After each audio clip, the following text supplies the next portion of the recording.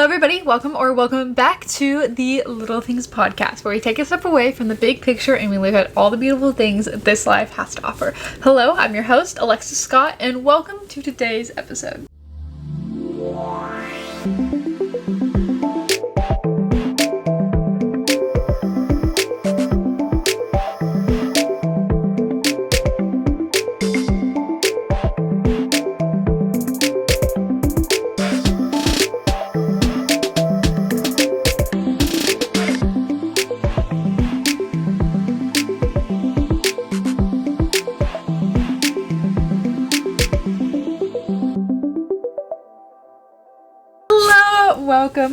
Welcome back today. I am so glad that you're here joining me on this lovely conversation we're getting ready to have about a book that is very popular, very well read, but some people, it's hard to read books. I understand, and it takes a lot of time, so I'm going to make it easier for you to understand. So I read the book, The Habits of Highly Effective People, so you don't have to, and this video is going to explain all the habits and practically everything from the book that you need to know in a shorter form that actually will get the point across. And I read this book during April, so I read this book so you don't have to. I read it on my lovely little Kindle here, and we're going to talk about all the ways that we can use these 7 habits to become our best self. So if you are new to the podcast, welcome, and if you're a member or you like to listen, if you want to get any more in-depth content, details, more content behind the scenes, want to even further this discussion, feel free to reach out at thelittlethings.podcast on Instagram, and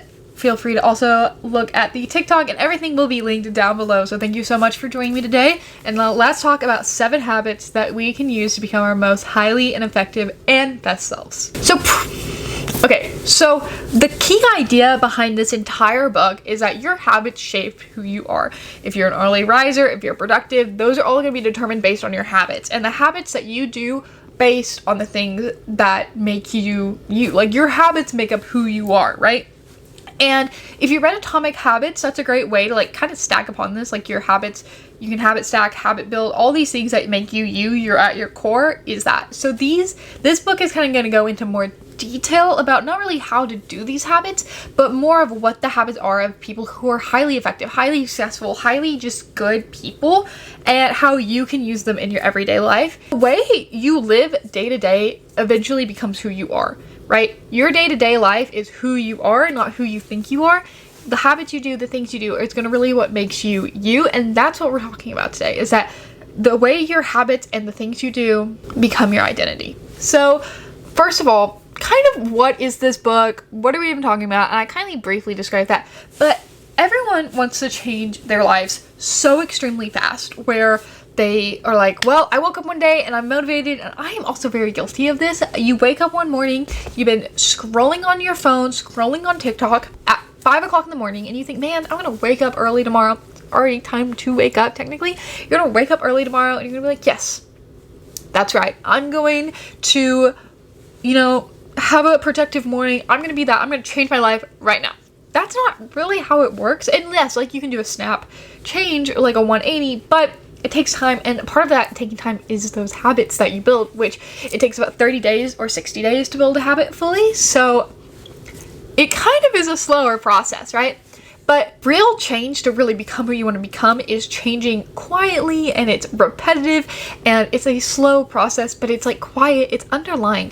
Because when you're becoming this best version of yourself, this person who you are really proud to be, that when you wake up in the morning you are thankful to be yourself, that is a slow process. And coming from somebody who has taken time since they were about 14, 15 to really create this process, who's 20 now, so about 5 or 6 years, it's a slow process, and we're still working on it. So it's going to take time, but even you watching this video, learning about this, is going to start helping you build these habits. If you're just starting out, or if you're far along in your journey, it's going to help you become more aware of this, and I'm pretty sure you probably have already been doing these things. People are so focused on the motivation that they don't want to require the discipline to do it, and as somebody who also is like very much a motivational based person, discipline has been very hard for me to even like be with. So it's taking the time, because that discipline is going to override that motivation. So if you're disciplined, you keep doing things even if you're not feeling like it, and building those habits, it's going to lead to a farther, way better life. And that is what this book really talks about, kind of talking about how you can very much have all these habits, but it's going to take discipline and motivation to do it. And some of the core like kind of traits throughout this book was discipline, awareness, relationships, responsibility, long-term goals, and how all of those things can combine into creating these 7 highly effective habits. Bottom line, like the core at this book is your habits create your life before your goals ever do. So we're talking about goals. We can set all these habit goals, but you have to have actionable plans to reach those goals, and these you have will always create your life. These habits, the things you do, is going to create who you are, which is therefore going to make you reach your goals. So now let's talk about habit 1, being proactive. Stop waiting to become your life. Stop waiting for your life to become you. So what's the core idea of this chapter, this first habit? The core idea of this first habit is that you have more control over your life than you think. A lot of times we're sitting there, we're looking at photos, looking at motivation, we really think, man, my dream life's going to become this, and I'm just going to wait around and let it happen. It's in God's hands. You have so much more control over your life, and a great example of this is, right, I'm going to talk about filming, for example, right? I know it's a smaller channel. I know, I have been wanting to do this for a while, right? And I love filming. I love editing. It's literally so fun to me. I will sit in my little beanbag or on bed or wherever, and I'll just sit on my iPad and edit, or on my computer. And last night before I recorded this, I was really thinking like, wow, I have everything I need to make this happen and make it work. And I just haven't been doing it because I haven't had the discipline. I haven't been having the habit of sitting down and recording, right? I have a nice camera that I bought when I was in freshman year during quarantine, because my parents had so much confidence in me that I could do it, that they bought me like the little kit to start, right? Like I had the Canon EOS M50. That was my starting camera. You know how blessed that is? And like you can have all the equipment in your life and you still don't put in the actionable steps to do it, right? I have the camera. I have the Octo tripod. I have the Blue Yeti mic. I have a computer. I have Final Cut Pro. I have all the things that I, have worked for. And yes, my parents bought me the starter kit, but I worked for the mic, the computer, the Final Cut Pro. I have all these things, but I just haven't had the discipline, the time. No, I have had the time. I haven't had the discipline. I haven't had that drive to really sit down and use what I have. I have all of the things to do it. I have every single thing that I could do to make this become something truly, and I haven't done it because I thought I wasn't in control of it. I thought I wasn't in control of my life. No, you are. You have the control to sit down, to film this video, to script it. I have my computer right here, and I've had this scripted out for a month. I just haven't done it. Think about that. You have so much ability to create your dream life, so you have to be reactive. You have to say, we're taking this phone, we're putting it down, we're filming. It's as simple as that, right? And it counts for anything. And we can, of course, blame our circumstances, like, oh, well, I was busy with school. Yes, everything does have a reason. Everything does have a reason because it doesn't happen, and that's okay, right? Sometimes your circumstance does overtrade, but you can't blame your circumstance, like, oh, I didn't have enough time, oh, I didn't do this. You do. You really do. A lot of times, the reason I didn't do anything is because I was waiting for motivation, right? I had it all laid out. I was like, man, I'm just sitting around like, oh, I'm just not motivated to do anything. Like, oh, I'm just going to scroll on TikTok. Throw it away. We're waiting for motivation and we're letting our emotions control our whole day. But when in reality, we have the control to be proactive. If you want to become somebody who's very into fitness and become very lean or toned or buff or gain a lot of muscle, become a strong person, you can go to the gym, or you can get some weights, or you can just lift bottles of water, right? Being proactive is so important because it makes you really, you're not letting your emotions control you, oh, I don't feel like doing this. Just do it. And I know it's easier said than done, and I am fully guilty of this, right? You just have to, let yourself do these things, and it's gonna, that discipline is gonna become so much more important in being proactive in creating this life that you live. So instead of letting your motivation drive you, let the discipline control you. The thing in this chapter that really stood out to me was it talked about a reactive mindset and a proactive mindset. So the reactive mindset is saying, I'll start when I feel better. I'll start when I feel motivated. I can't do this because. negative outlook on it being like, oh, I'll start when I'm motivated, I'll start when the timing was right. The timing's never going to be right. Just start. You hear that all the time. And it really makes it very clear in this book. And then you switch it to the proactive mindset. And the proactive mindset says that taking responsibility anyway, no matter how you're feeling. So you're going to be proactive about it. Man, I don't know about my situation. Be proactive about it. Take your head out of the negative headspace and just be proactive about it. Like, just do it. And it's might be difficult. It might not be easy, but if you want this dream life and you want to be this, like, highly successful person, you're gonna have to take a hard route sometimes, and that's okay. You might think, like, oh, being stuck in this life, like, oh, I'm stuck because you're waiting for this right person to just come along. You have to be proactive and create the person that you want to become. And that's a habit, being disciplined and having that. Because your future is usually built on the choices you make when you don't feel like doing it. Your future is fully based by the choices you make when you don't feel like doing them, and it will lead to a more successful life. When you don't feel like making those things that could make your life so much more high and above and become your best self, when you don't feel like doing those but you do them anyway, that's true discipline, and that's being proactive. The book starts off kind of heavy, like, be proactive, suck it up and just do it. Then we're switching to chapter 2, which is saying begin with the end in mind. And so this is really good if you're a very goal-oriented person. Like, I'm a very goal-oriented person. I don't have it behind me now, but in a few of my videos and at my dorm, and I have them all in my dorm storage right now, but I have my vision boards all behind me and I have them by my bed. I used to have them by my desk, and now I have them on my computer wallpaper, and I have them where they switch on my phone. I'm bringing my phone out. And I have them where they switch on my phone. Have the beginning in mind. Have the end in mind. Like, have the goal in mind. Like, I want to become a very successful CEO.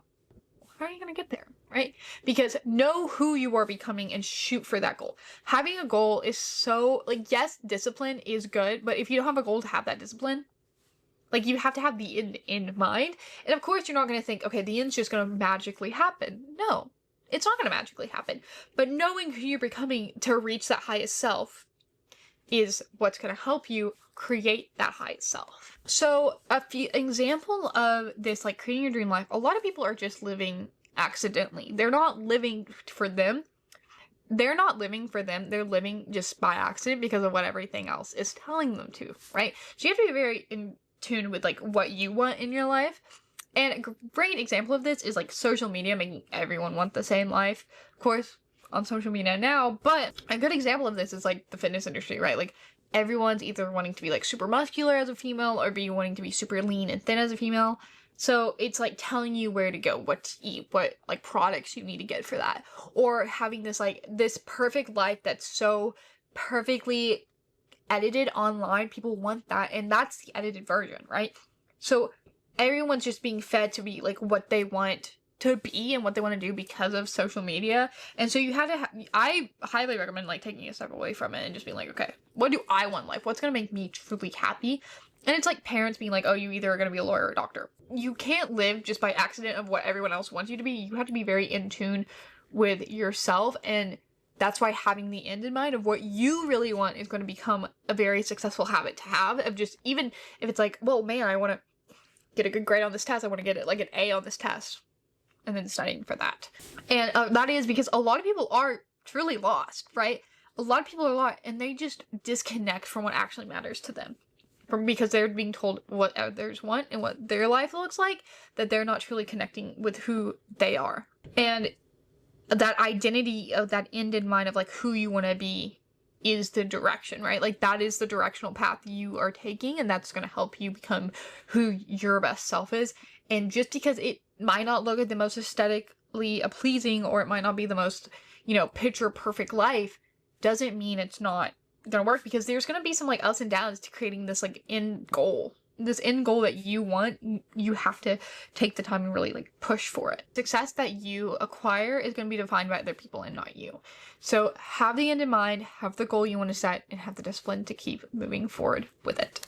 And number 3, the third habit of this book is put first things first. So we're going to be talking about like what is the most important in putting it first in your life, and that your habits expose your priorities. So if you have a habit of complaining all the time, talking about other people, are those your priorities? If you have a habit of doom scrolling and just sitting on your phone being lazy, are those your priorities? Or do you have a habit of, waking up early, going to the gym, making your goals and like studying and all these things? Is that your priority? Your habits show who you are becoming. And your habits also show your priority. If you spend all the time texting your friends and not doing anything else, that's your priority. But then you're complaining about not reaching your goal. Think about where your priorities are, right? And that's become something that needs to be talked about more, is that your priorities are the most important thing. Because if you don't have the right priorities, it's not going to work out. Like, you need to really focus on your priorities and what's going to make it truly fit and align with your goals and what you want in the end. So this is talking about habits, and it's going to talk about, if you remember Atomic Habits, like your habits become who you are, and it's the same in this book, but it's what you repeatedly make time for shapes your life. If you repeatedly make time to go to the gym and work out a lot, you're going to become lean and fit and eat healthy and all these things, right? It's your time, where your time is spent is who you're becoming. So if you spend your time doing negative things, you're going to become a negative person. If you spend your time doing positive things, building your best self, learning, educating yourself, all these things, you're going to become that version of yourself. So where your time is spent matters. So like doom scrolling, for example, right? Like on your phone, constantly being distracted, being like, oh, I'll hang out with my friends and do all this, but I won't focus on what I need to do. And then busy doesn't always mean productive. And I want to make that so incredibly clear. Just because you're busy does not mean you're productive. And I am very guilty of this. The summer before I went to college, I was very much, like, I worked, but I hung out with friends a lot. I was very, like, go, go, go, go, go. I never recorded a podcast episode. And I thought I was being productive because I was out all the time. I was doing stuff. I was being busy. I wasn't being productive. I was literally just ignoring my goals because I was busy. Because you're busy doesn't mean you're productive, and you really have to think where your time lies, what you're going to spend your energy on, and is it going to help you become your best self? And yeah, like, you can go have fun and hang out with friends. I'm not saying that. But where your goals lie and where your time lies is going to really dictate if you're going to reach those or not. And a great example of this also is that you want growth with content, right? Or social media or anything like that, online following. But you're spending more time like consuming it than creating it. And of course that's been a trend, like create more than you consume. And I've been trying to live by that recently. Like if I'm scrolling on TikTok, I will in fact like sit down and like, oh, there's a template, I'll use that and just make a post and save it to drafts ready to post. Like I try to spend my time, and it's always not, I'm not great at it, but I'm trying, and that's what matters. You need to try it at least, right? So your routines quietly reveal what you value most, and if you value growth and all that, you're going to spend your time learning and growing and doing it. So just make your priorities very clear and where you spend your time. Used to be a very pessimistic person. I think I like at my root am, but I've been really trying to develop my outlook glass half full type, and I think this is a great thing, and it is think win-win. Like, there's always a positive outcome no matter what, and it is stop treating life like a competition. You're not going to become second place. You're not going to become, the loser in life. Think win-win. Like, okay, maybe I didn't, like, get first place, but I still, like, gained something out of it, like running a marathon, right? Oh, I ran a marathon. I didn't get first place. Like, that's not going to ruin your idea of, like, running a marathon. That's a huge accomplishment, right? Like, oh, I ran a marathon. I didn't get first place, but I didn't finish last, and I ran the whole thing, right? That's the mindset. Think win-win. Think of something positive no matter what. Yes, you can realize the negatives and see they're there, but think of the positives and how they can positively affect your life. Like, okay, yeah, it's not all doom and gloom. There is some good out of this, and let's go with the good and how we can evolve. Think win-win. Like, example, like, a lot of people, and this kind of comes with jealousy, like, oh, well, I didn't do that. Oh, well, I didn't win, so I'm gonna be jealous and it's gonna be the end of the world.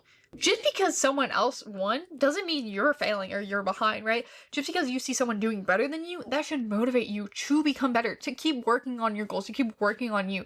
Not think, wow, well, I just lost and I suck, so I'm just gonna quit everything and just move on. No, like, you're gonna want to see that motivation and think, just because someone else winning just doesn't mean you're failing. You're just working towards that goal, and just because they're at a different stage than you are doesn't mean you're behind. You're so not behind. You just keep going. Thinking win-win, and because you can, like, compare to other people, and I think we do this a lot, like, even in our day-to-day, like, comparison makes you abandon your own timeline. So don't think, okay, just because they're ahead of me, I should be right there. Like, no, like you should use that as a motivational push. Like, think win-win. Okay, sure, they won. Maybe I didn't win. Maybe they're doing something that I want to do. But take that and think, wow, that's really motivating for me. And I'm going to keep going and keep doing what I can to become that version that they have, that I would like to go up to, right? Like, think win-win. What's the worst that can happen? Because that habit of thinking a positive outlook, no matter what the scenario is, will get you so far, because having that outlook will help push you to keep achieving those goals and keep moving forward.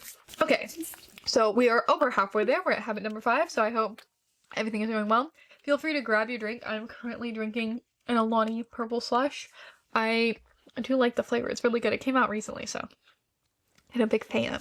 So, number 5, habit 5 is seek to understand first. And it means that most people listen to defend themselves, not to grow. Seek to understand why. If you have a conversation with somebody and you're not getting off the right foot, listen to where they're coming from first. And think, okay, well, how can this make me grow as a person, right? Because most people listen to defend themselves.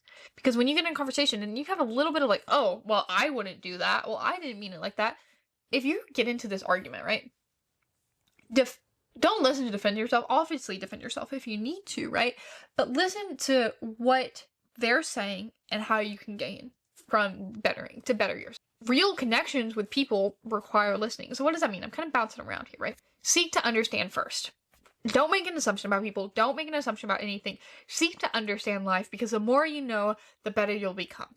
Learn a little about a lot. Even if, like, yes, you could learn about philosophy and all these things, but we're going to talk about, like, with other people, right? Like, highly, like, being charismatic does really benefit you.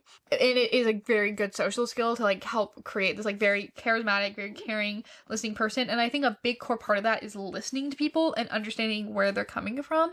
And so real connection requires listening, right? Like, if you want the real human connection with people, you have to listen to their story, listen to their thoughts, their ideas, how they work, and then how you can think, okay, well, this is how they get it. I can come from this place and, like, listen to what they're saying, understand how they are, and then we can connect. And how can I connect with them? And I think that's a great thing to have, like, people skills wise, because then that way you're able to connect with more people, have more empathy, and create better connections, which will help boost your life, right? Like, we are a very people-based species, so we have to have that connection.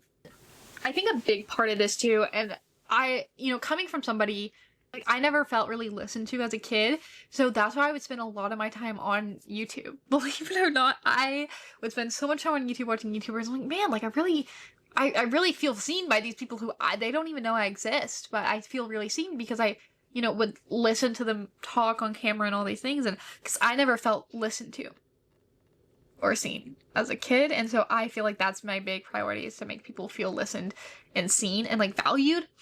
And because you can feel misunderstood in so many situations. I still do it today as an adult. Like, you can feel so misunderstood in so many situations just because people aren't willing to fully listen to you and you aren't fully listening to them, and that disconnect is there. And of course you're not going to get along with everybody, but I think if you have that ability to really listen to people and appreciate for what they have and what they have to say, and, like, they do the same, it will have a very strong connection.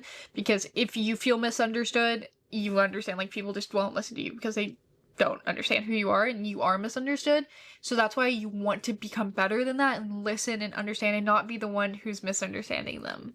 I think this is a great thing, is that people, like, a great thing to know is that people don't open up around people who don't listen to them.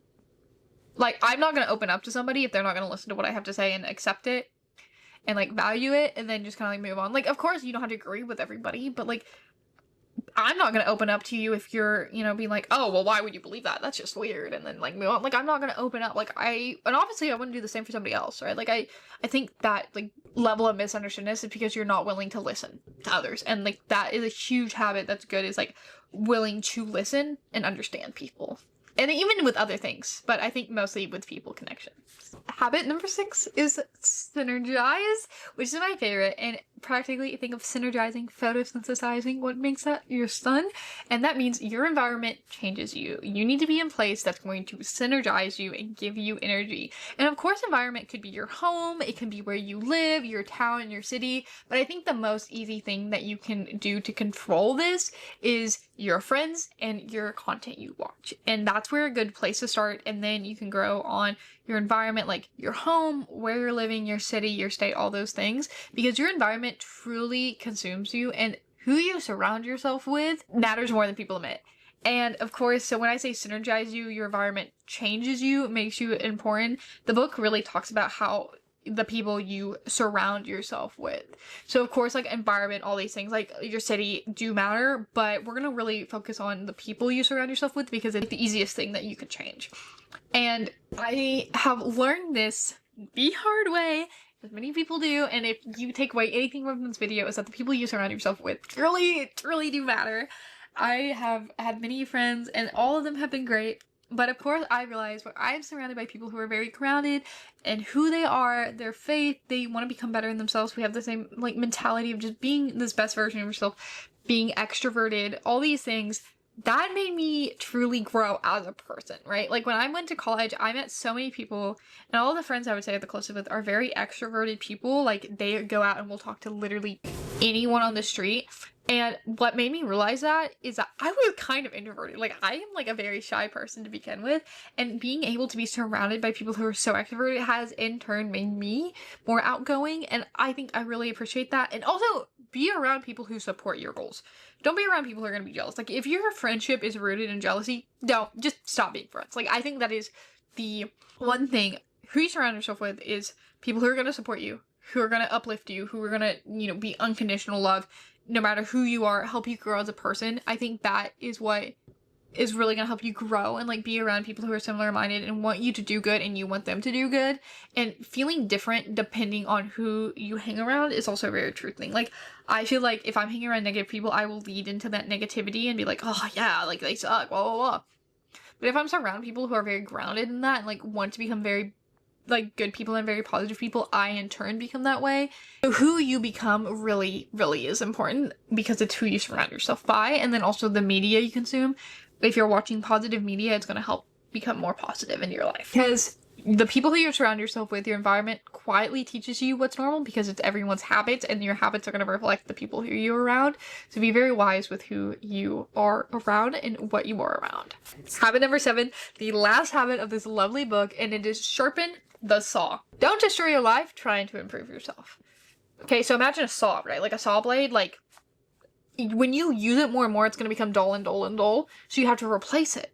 So you have to replace it. You have to be mindful of how dull the saw is going, and you have to sharpen it to keep it, not keep it dull. So don't destroy yourself trying to improve yourself, right? Like rest and growth. Like you have to let the saw rest. You got to sharpen it up a little bit. So the habit of doing so the book really talks about all these habits to do and what makes yourself the best self. But what really matters is taking a step away and knowing when to relax. Like, because burnout culture, if you've ever been burnt out, you so know it's true. Like being burnt out is so real. And if you take time to rest and don't do it all in one time, and that's where the discipline comes in, like small doses, your saw's not gonna get dull. Like you're gonna slowly energize yourself, right? So like that's where it's coming from. And like, of course, this is physical health, this is mental health, this is environmental reset, like cleaning your room, you know, switching things up a little bit, who you hang around, you know, like burnout culture, all these things. It's a real thing. Feeling guilty also for, you know, I recommend the podcast by Emma Chamberlain, being like feeling guilty for like resting. I can't remember the exact name of it, but she talks about this where don't feel guilty for resting. Like I know I do it. Like if I'm laying in bed, I'm like, man, I should be doing something productive. Like take time, if you're gonna rest, actually truly rest, to not burn yourself out and not just be like, oh, I'm resting and not really resting. You know, all the burnout culture, all the things, we get burnt out very easily because we're so constantly go. So if you take time to have it disciplined, lined out, but also plan rest for yourself, you're not going to destroy yourself while improving yourself, because you're going to do it in a steady way that's going to become very beneficial for you. A healthy life is not built on consistency by exhausting yourself. It's built by consistency and rest. That change comes from habits that nobody noticed at first. Nobody's going to notice you doing it, but if you do it slowly over time, it's going to truly work out. So the habits you do are going to shape who you are, and it's going to help you create your dream life. So with that said, I hope you maybe look forward to reading this book and going out and reading it to maybe get some more in-depth details, but here was just a quick summary of how you can improve your life with 7 highly effective habits of highly effective people. Thank you so much for joining me today, and I hope you're having a great day, evening, night, whenever you are listening to this, and I will talk to you and see you in the next episode. Bye!